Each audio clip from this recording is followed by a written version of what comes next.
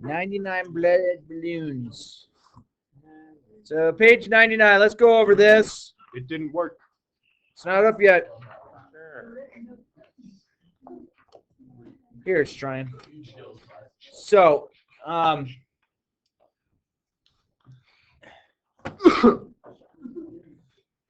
Connecting to Stir. so the portion of the song that I would like you guys as seniors to sing back at me is the chorus. The chorus is pretty easy, and I will bold the chorus for you and put a little note next to each one. Sing this now. Sing, and it's basically go, go, go, go, Johnny, go, go, go, Johnny, go, go, go, go, go, Johnny, go, Johnny, be good. Got it? But don't worry, I'll get the lyrics up. You'll have all the lyrics. You guys will do wonderful. I'm excited. Just so you know, every time I perform in front of the student body, it scares the living daylights out of me. Why?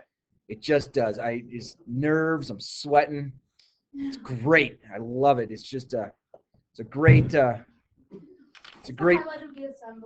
It's fun. No, you guys singing the anthem is much better. Oh no. It's because you guys are singing. Well, no, Stirrup's way cooler. Yeah, I suck. Yeah, Stirrup awesome. What if we just went up there? We should get Meisters to do a cover of Like, what if we just went up and sang the anthem, And then you say, then you follow it. Go, Johnny, go, go, go. By the dawn's early. All right. All right, everyone has page 99. You will be turning this in, so let's make sure we have it written. Can you see if there's anything I have to hand back to y'all? Yes. How many guitars? There's 3 up there. All right. How many people are in the band? Let's see. Me, Mr. Barrett, Mr. Peterson, Mr. Rosengren. Mr. Rosengrun's part of your band? Yeah, he's lead guitar. Yo! Mr. Meiserfless, rhythm guitar. And then we have Jacob Kraus. He's also playing guitar with us. Jacob Kraus plays with you. That's pretty No awesome. way. I invited him to come That's join us. so funny. Didn't Chase Ebot play drums last night? Yeah, gosh, that guy ripped it up off his drums. He was good. Yeah. You should ask Liam McBride. Yeah, get Liam to do it. He Yeah, would that'd be like love it. I got all this.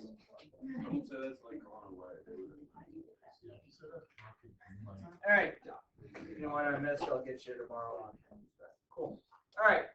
So, page 99, first question says, we wish to research whether high cholesterol levels lead to increased risk of heart disease. Okay. Okay, so, judging by your quizzes yesterday, you all are understanding the null is basically, it's, in this case, that high cholesterol does not lead to increased risk of heart disease. Okay, so if we reject the null for problem number 1, so this is reject, null. So evidence that high cholesterol leads to increased heart disease. Something like that. Okay. And then if we fail to reject the null, and I loved yesterday that so many of you were putting FTR for fail to reject. I love it. I love it. Something I said actually stuck. This is did not find evidence of the rest of this. Okay? So that's just basically what it means. Okay? put that in there. Does that make sense? And then you start getting to your errors. So a type 1 error. Okay? Explain what a type 1 error would mean in the context. So we found evidence that high cholesterol led to increased heart disease when it really doesn't.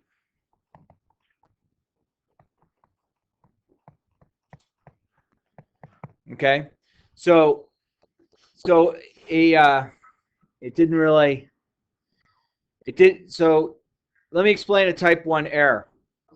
If we found evidence that high cholesterol led to higher risk of heart disease when it really doesn't, this basically means like the problem that you would have made here on a type 1 error, if that type 1 error did indeed take place, you would have had people changing their diets and possibly taking medication that they really didn't need. Okay? So, and that's going to kind of lead, and I'm going to lead you guys to number 4 on that. So, this basically means that they're changing their diet, they're taking medications when there was nothing there. That's a type 1 error. But then the type 2 error means we didn't find evidence, or we didn't find evidence that high cholesterol led to high heart disease when it really does. Okay, so something on a type 2 error in this case would basically mean we could have probably helped people with heart disease by telling them take this medication and change your diet. Okay, so then number 5, which one becomes worse? Okay, and it becomes kind of your opinion. Is it better that we found evidence and we put people on medication when they really didn't need it? Or was it better that we didn't find evidence and so we failed to give them medication when they needed it? Okay, I don't know which one's worse. I mean, any medication you take could have a side effect. So if someone's taking medication that they didn't need it, that might be a big negative for them. If somebody needed medication who didn't get it, that also could be a big negative. So I'm not sure in this case what would be worse, because we've all watched those commercials that are advertising different drug activity. Hey, if you have blah, blah, blah, you take this. And then, the first 30 seconds of the commercial is one thing, and the last 30 seconds is, and side effects to this is your eyeballs will fall out of your head, your ears will fall off the sides of your head, you'll lose all your hair, and stroke, migraine, and even death are side effects. And you're like, what? Should I take the medicine or not? So yeah, everyone's still dancing in the commercial and they're all happy. We're happy to see Uncle Fester showing up to the family reunion. Yeah. So it's all becomes a joke, and basically, we actually might see, and I'm not saying I'm for or against this, but with the changes with the FDA, you might just see commercials advertising drugs and not giving you the side effects any longer as part of the commercial. But I think it's kind of funny when you listen to the side effects. Do you guys know that there was a type of potato chip, and they used to use something called Olean oil to deep fry it? And that was, it was basically one that this particular oil, your body supposedly did not absorb the fat, but one of the side effects they said right on the commercial was stool leakage, which basically meant you messed your pants. So it's like, oh, I love these chips. Oh, but I have to, carry 3 pairs of underwear with me every day. My dad was telling me about this. It was hilarious. I mean, it's like, I don't know if they still have those chips out there with the Olean oil or not. I mean, maybe people are like, oh, this is great. It's But they also had a big thing back in the day, back in the 80s. They said that if you ate non-fat, hey, what's up? West 529? Is it the basement? The science class? Cool. Who's their teacher?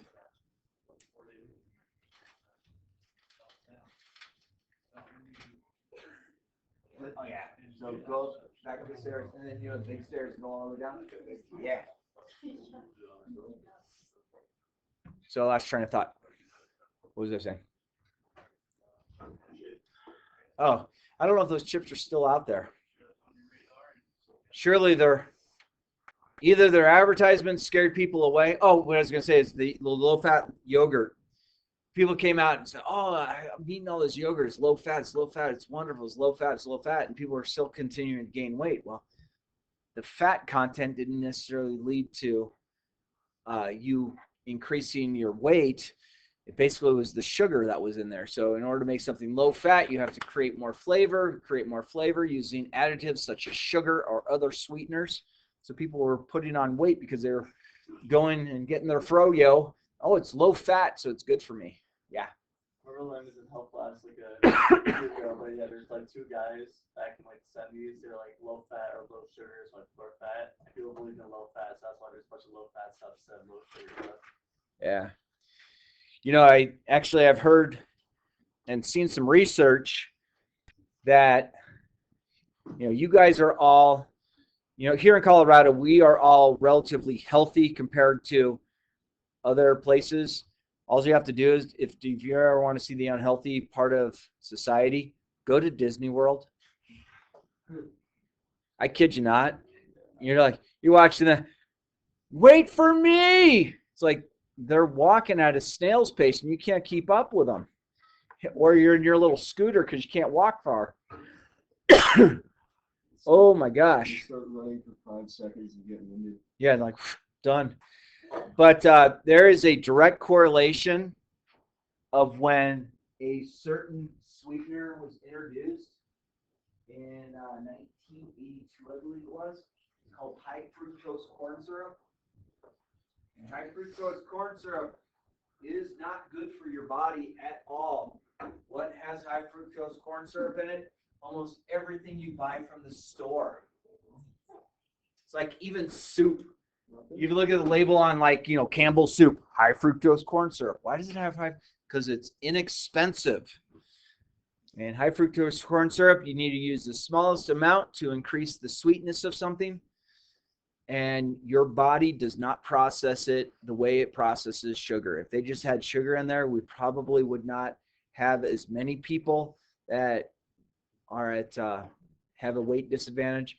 But the hard thing is, a lot of people are like, why doesn't that person just go on a diet? Things that you should know. If you have a person, let's say this is a person. This is our person. Okay? As this region gets fat, and this region gets fat, and this region gets fat, things that change is the geometry of your body. Your body was made to not carry excessive weight. So what it does to your knees, what it does to your heart, okay, are irreversible. What it does to your knees is it changes the angle of your legs. So when you walk, it hurts to walk because the angle of your leg, it will not go back. You've curved your bones that way.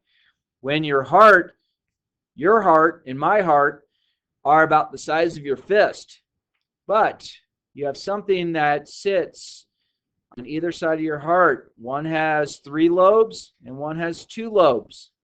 These are called your lungs. And as your heart is sitting kind of over your left lung, as your heart gets bigger, so you got a bigger heart because you're more caring and compassionate, your left lung gets smaller. Okay? I've actually seen in the cadaver labs very morbidly obese people who have passed away, have donated their body to science, and you pull the heart out and the heart's about the size of a basketball. and you pull their left lung out, their left lung is tiny. Like how tiny? Like I've seen them, like your left lung is about that big. Like mine? I've seen it like that. Yikes. Yeah. That's like what the size of a kidney? Yeah.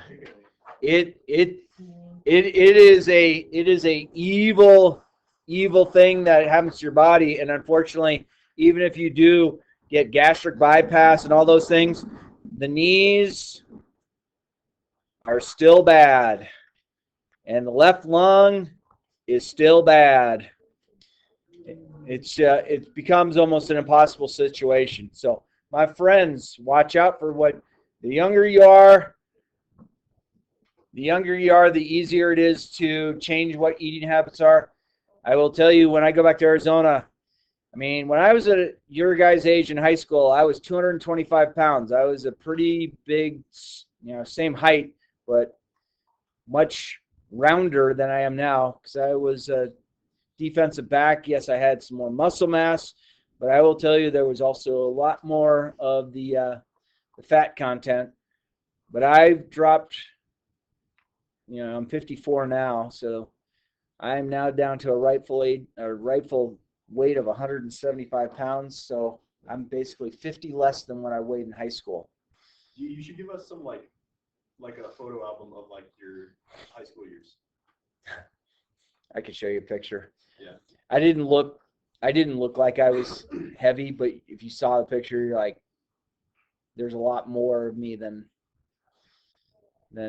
there is now. I got you. Yeah. You guys want to know how I changed my diet? No. I still eat everything that I used to eat. Everything is on a dessert plate, though. Oh. Even Thanksgiving dinner, put it on a dessert plate.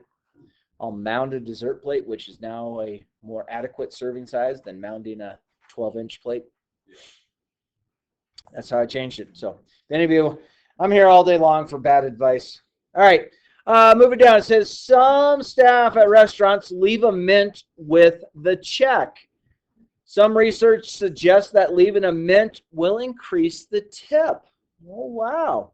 So you come to my restaurant, I bring your food over, and then when your check comes, I give you some mints for everyone at the table. And hopefully you give me a bigger tip. Okay, so number 6, type 1 error. So type 1 error. So this is evidence that the mint increases the tip when it really doesn't.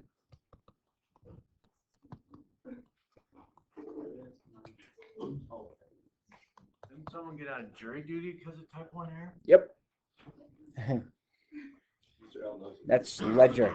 All right, so what's the problem with type 1 error in this case? There's evidence that a mint will increase the tip when it really doesn't. That means that the company is spending money on mints so you can increase. So they might needlessly be spending more money to try and improve your tips when it really doesn't work. Okay, so that's not really the worst thing in the world. And then what's the consequence? So the consequence of this, we are wasting mints. We waste mints. I like those little chocolates. We bring that one. It's kind of the chocolate. Is it Andy's chocolate? Is that what it is? I think you're right. Yeah.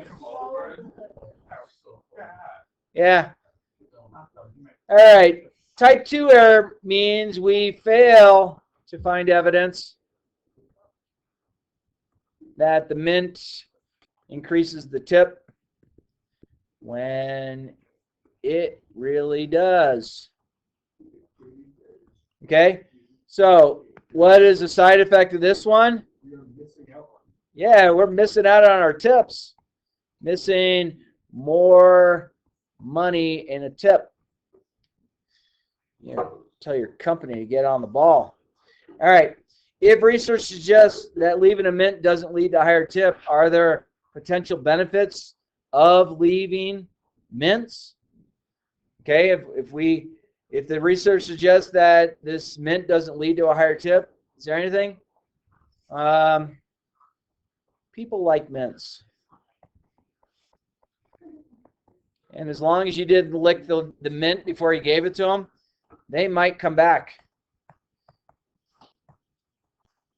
and tell friends. They tell their friends, yeah, we went and ate at this restaurant. The food was horrible, but they gave us mints that were really good. Oh, I have to go to that restaurant for the mints. All right, on the backside. All right, how are we doing on time? 12. 7 minutes.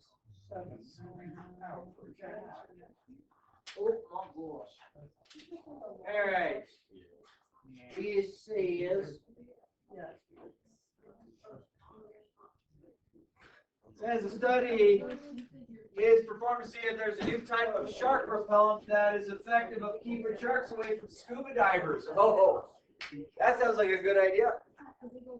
You put this little spray on your scuba gear and it keeps the sharks away. That sounds like a good idea. Okay.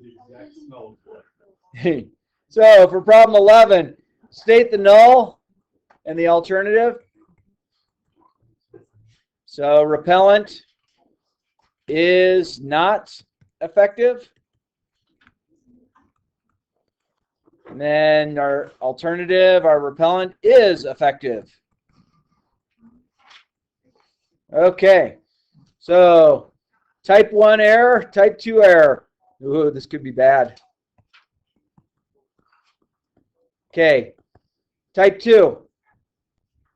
So found it works. So type 1. When it doesn't. Type 2. Failed to find evidence. The repellent worked. When it really does. Okay. Oh boy. All right. What is the consequence of a type 1 error? Someone died. Yeah. The diver got eaten. It's like, we found this worked when it really doesn't. It's like, okay, I read that it works. You put it on. Oops, Billy didn't come out of the water. It's all that red stuff in the water. His blood. What's that? His ear. And type 2 error. So, missed opportunity to keep the shark away. Okay, which one's worse? Someone getting eaten. That's got to be worse. All right, studies are currently being performed to see if oil-producing method of fracking is associated with more earthquakes. Okay, is it a one-tail or two-tail? It's a one-tail. More is one direction. If the researcher is primarily concerned with preventing earthquakes, the researcher will be more concerned about a type 1 or a type 2 error. Probably a type 2 because this type of error assumes that fracking causes earthquakes. Okay. What was 15? 15, it's a one-tail because more earthquakes. One direction. And then type 2 error because this error assumes that fracking causes earthquakes. Cool.